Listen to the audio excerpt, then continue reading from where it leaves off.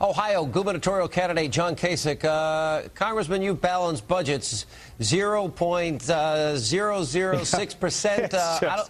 Go ahead. You're laughing. You know it is, Sean. It's really the mentality of government. As long as they're spending somebody else's money, they don't care about it. And frankly, this is really almost laughable if it wasn't so serious for the fact that the debt this year, this 1 year, is going to be almost $2 trillion, and they find a measly $100 million. It's a lack of leadership. It's been politicians historically. They don't operate like a family. They don't operate like a successful business. They pass the problem on to the next generation, and it's shameful. And we proved that you could dig into everything, make everything work better. You can downsize the government. It gives you room to cut taxes. And we remember the 90s. Remember when our 401ks were actually increasing rather than going down? Well, look, you got us on the path to this balanced budget. I talked with Governor Bobby Jindal today. They've cut government jobs. They've cut out waste, fraud, and abuse, and they're saving the taxpayers money, and they're moving towards balanced budgets.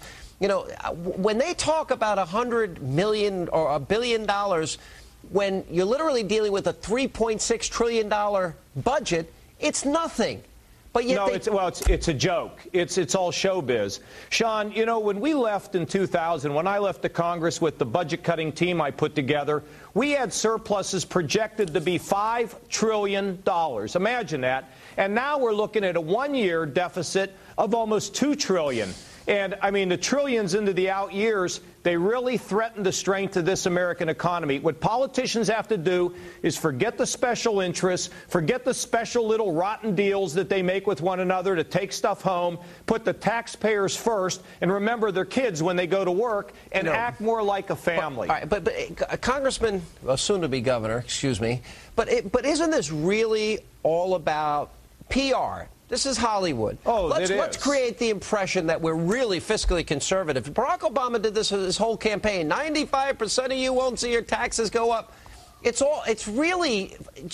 almost lying, but you can't say that, right? Isn't it? Well, it's sort of like when he talked about we're not going to have an increase in the deficit if we pass this health care plan. We're going to come up with savings. We're going to appoint a committee to study. You know what that means? That means nothing's going to get done. If you don't take the matters in your hands and force the savings, the changes, the reforms, the cuts, it will never happen, Sean. I've been there. I was there 18 years. I saw them screw it up, and I also was there when we got it done right. It takes discipline and really, frankly, a commitment to your country rather than your own hide and your own reelection. Well, I got to tell you something. One thing that's coming clear in all these polls is that the American people are nervous. They're worried, and I think rightly so, that this debt that we're accumulating, these deficits we're accumulating, we're stealing from our kids and grandkids. How do Republicans reverse this? Well, they start standing up and doing things and not taking, let's start with earmarks. They ought not to be taking these earmarks so they can go home and cut ribbons. You know, when I left Congress, Sean, I never did those earmarks. When I left Congress, they had a parade for me to the airport to get me out of town. And when I came home, some of the people here who I wouldn't get the pork for didn't like to see me. But you know what? At the end of the day, you got to serve your country. It's not about making friends. It's about being responsible. All right, Governor-to-be, things are looking good out there in Ohio. We'll be following your race very closely. Good to see you, Congressman, and soon-to-be Governor. Thanks, Sean. Thank you.